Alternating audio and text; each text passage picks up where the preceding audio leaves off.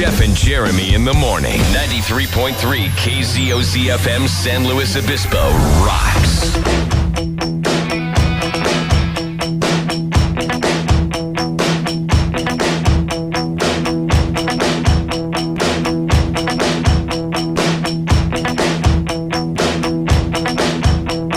.607. Good morning. I feel better than I've felt in a long time. I can't even remember the last time I felt this good. I wish I could share the sentiment with you, my friend. Well, you can't. This is an easy fix. I bought new underwear over the weekend. No, that's not going to do it for me. When is the last time you bought new underwear? No, it's been a long time. Right. You just don't do this. My wife usually buys me some around Christmas time every year. I've been wearing underwear. Before that, it was my mother who bought it for me. That had holes in the boxer briefs is what I wear. They had holes down there from the chafing or from the, whatever the boxer briefs do. And because I just don't ever think about buying underwear. But I bought some new underwear, and I'm telling you, the things they're doing with underwear these days, absolutely phenomenal. So freaking ridiculously comfortable. I almost want to show them to you. No, don't. The material has changed. It's almost like I'm not calling it compression shorts? Yes, but lighter. It's very thin. It's very thin. It's very flexible. I have two pairs. I gotta agree with you. And I have two pairs that I got gifted over the last few years that are like that. And they were a pleasant surprise to the repertoire of underwear. They're my two go-to pairs. And they're both in crimson, so it's my alma mater color. Do you see? Yes. I bought a pair of underwear last summer because I was on vacation, and I had to buy them because I don't know how you forget to pack underwear, but I did. And so I've been wearing these 4 pair of underwear, and then once they're gone, I have to go back to the old crappy pairs of underwear. And they just sit in the back corner of my drawer. Yeah. And I look at them and I'm like, oh no, I'm on my last pair of good underwear. So anyways. I'm glad we're having this conversation this morning because it's going to remind me, although I don't know if it will be a call to action, but it will remind me that I need to go through and do a little inventory change up in my, because I mean, do I really need probably 20 pairs of underwear? No. I feel like I could go for a 5-mile run right now. I could go. Granted, I would make it to the end of the block and be winded. But I do enough laundry to the point where I could probably get by with 5 to 7 pairs of underwear. But I probably have 20 pairs of underwear, so I need to go through and I need to that out. I need to trim down the waiver wire, if you know what I mean. Speaking of fantasy football terms. Do you have different underwear that you sleep in versus what you wear during the day? I usually just sleep in some boxers. Yeah, that's what I sleep in. I sleep in boxers because they're looser and they're not so I'll constricting. never wear boxers with jeans, though. So I'll wear these compression underwear that you speak of with jeans. But I wear shorts. You can't wear boxers with jeans because they bunch up when you put the jeans on. It's like terrible. Pulling it down. It's the worst. It's the worst. Yeah, my friend his girlfriend bought him a pair of these Tommy Johns. Have you heard everybody on the radio talking about these? Like all the big time celebrities, like big time celebrities, national syndicated Jim Rome, Ryan Gosling. No, radio hosts. And we listen a lot. You listen to sports radio. I listen to podcasts. You listen to Jim Rome and Jan Patrick and. Howard Stern, I think, is the guy that started talking about these Tommy Johns. No, I don't. I've never heard any of these guys do a commercial. You never heard of Tommy John underwear? No. God, you live in a box. Yeah, live in a child grooming raising box. You know all the kids. I actually listen to a lot of spoken word audio, just not ones that are trying to shove underwear on me.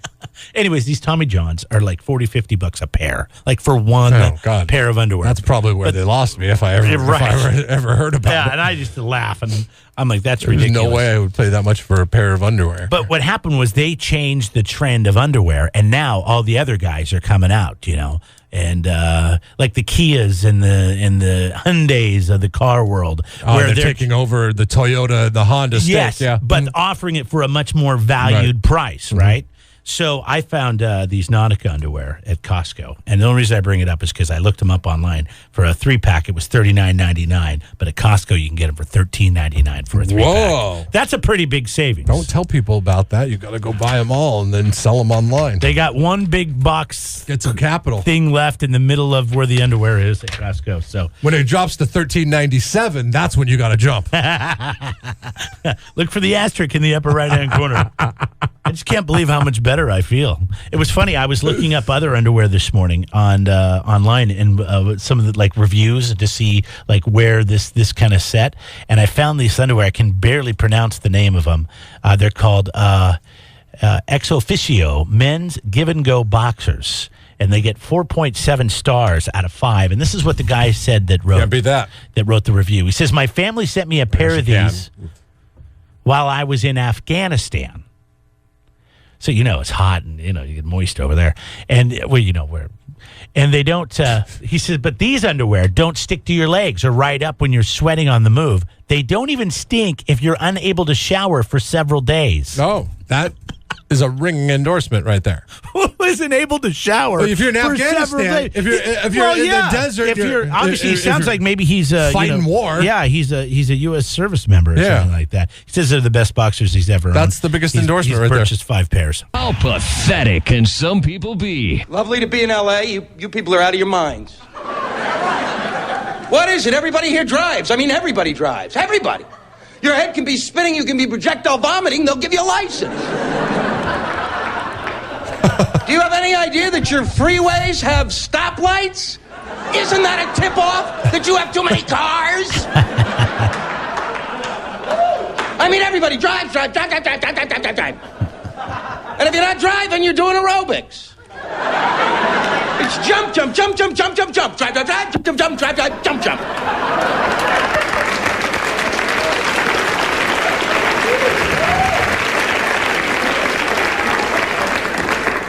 And you live on a fault line. There could be an earthquake here at any minute, any minute. And when you live in a place where an earthquake can take place at any minute, you don't drive, drive, drive, and you don't jump, jump, jump.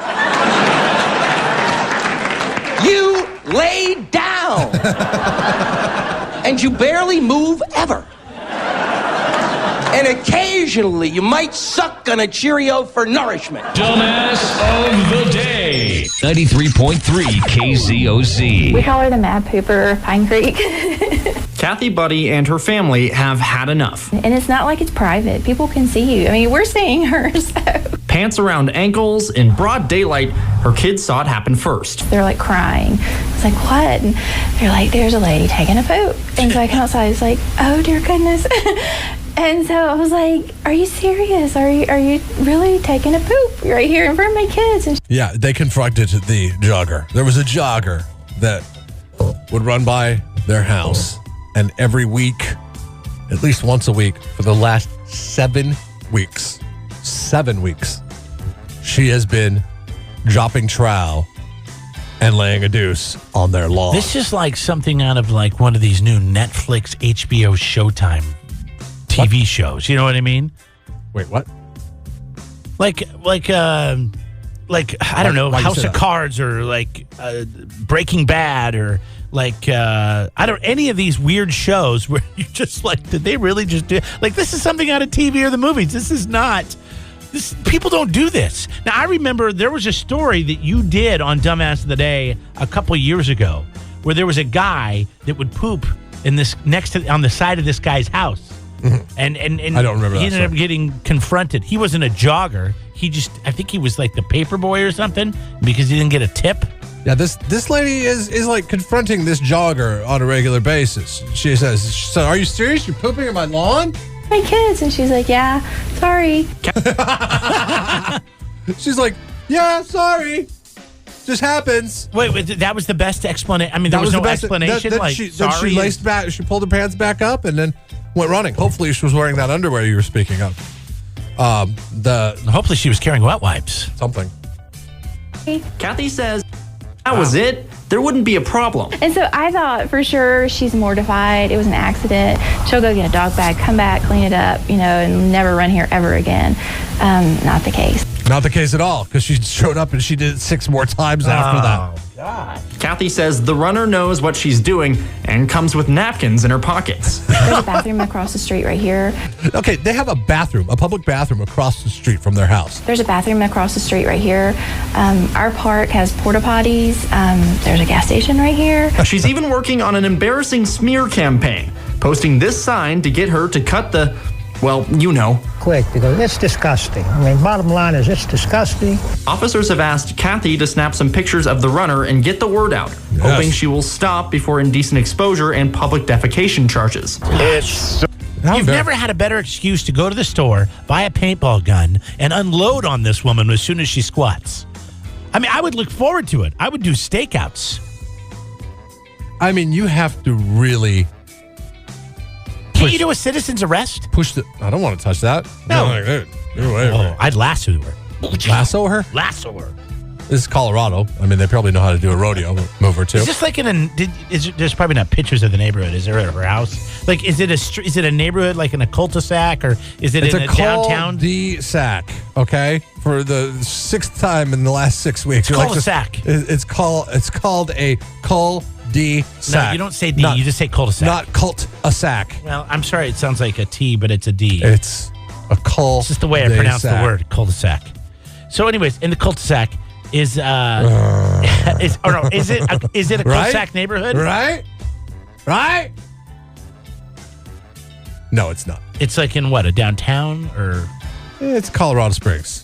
I mean, there's not many. I don't get. You know what? I'll give you the address. And you can Google Maps and then click around. Well, I'm just kind of curious. On the layout. You're not very good at telling a story. You got to tell us what kind of neighborhood it is. It's just a regular neighborhood. Is she on a country road out in the middle of nowhere? There's a gas station right down the street. There's a park across the street with bathrooms in it that the jogger could use. Oh, okay. Well, for some reason, she keeps defecating on the lawn of this lady.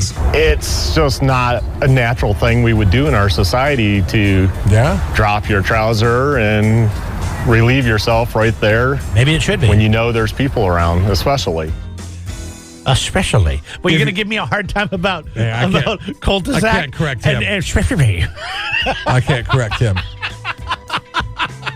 I am going to say, how bad does it have to be? Like, what in the history? What do you think the ratio of public urination charges to public defecation charges is? Like, it's like billions to 1, 100 or thousands to 1. Because, like, I think that the law would be somewhat sympathetic to you if you had public defecation charges, unless you were doing it 7 times a week on one lady's lawn. Wow. Or 7 times over 7 weeks on one lady's. She says it happens once a week where she'll go out and she'll do it. And she doesn't pick it up? She brings napkins. She leaves it. She brings napkins. She doesn't take it with her. Thanks for bringing your ass wipe. She doesn't pack in and pack out. She just packs in. What, the cops won't do a stakeout? No, it's not in their best interests. Apparently, there's a lot of other things going on in Colorado Springs. Take the law into your own hands. This wouldn't happen in Texas. In Texas, you'd get your ass shot. That's embarrassing. And she's just like, yeah, sorry. Don't know what to tell you. So what happened? Nothing's happened to this woman? Nothing's happened to her. Nothing's happened to this woman? They're working on a public smear campaign. That is their line of defense. They are going to take pictures of her next time she does it and then post like wanted posters. So I can go to Colorado Springs. I can piss or crap in anybody's yard and I'm fine. No one's going to give me a hard time. At least 7 times before anybody will do anything. I got a public urination in college. We're walking around the back of a bar and peeing on a bush. $75 ticket. Did you say sorry? Yeah, sorry. Jeez. Sorry.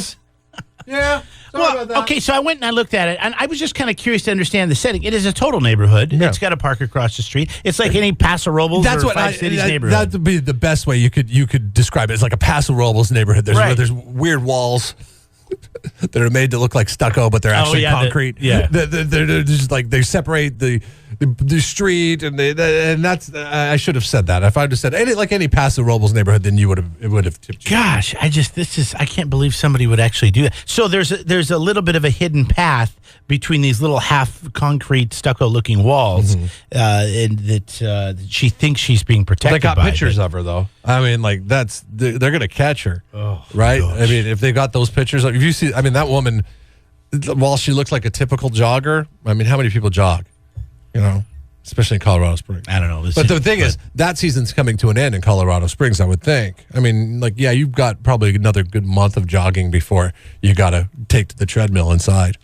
So it's not in their front yard, and that's kind of what I was envisioning. It's on the grass next to the sidewalk, which is in front of their house, though. Yes. And it doesn't matter because every time you go out of your door, you got to see that. And it's disturbing to the kids. It's disturbing to, I think, anybody. It's disgusting. She said that the kids were crying as a result of her. And what happens? What would you do? If you're just tuning in, a lady is pooped in this lady's front lawn / sidewalk / whatever. See, I don't seven have. times over the last 7 weeks. My house is behind another house. I don't have street access, but you have to deal with homeless people. You have to deal with a lot of people. We have. I don't know what I would do, to be honest with you. Hose? The hose could reach her from your house. Yeah, I could probably reach the other side of the street with the hose if I wanted to.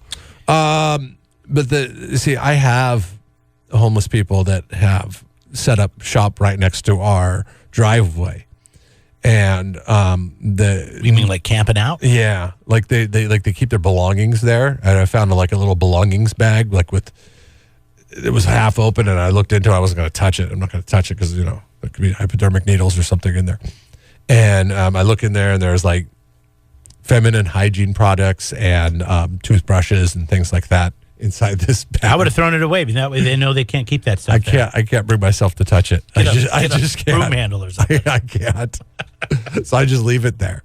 And for a string of time, there was probably 3 weeks that I would go down and I would check out the progress on it, and little by little it would be gone, and then now all that's left is a empty razor cartridge and a toothbrush. To me, that's almost as gross as the poop, just because you don't know where any of that stuff is. And I choose to ignore it, to be honest with you, Jeremy. I really do. Gosh, that would give me anxiety every time I walked by it. I would get somebody on the phone here. Hi, go ahead. What would you do? I have to say the best way to deal with this situation is a shotgun loaded with rock salt. She will never be back. And that will injure her, but it won't kill her, right? It won't kill her? No.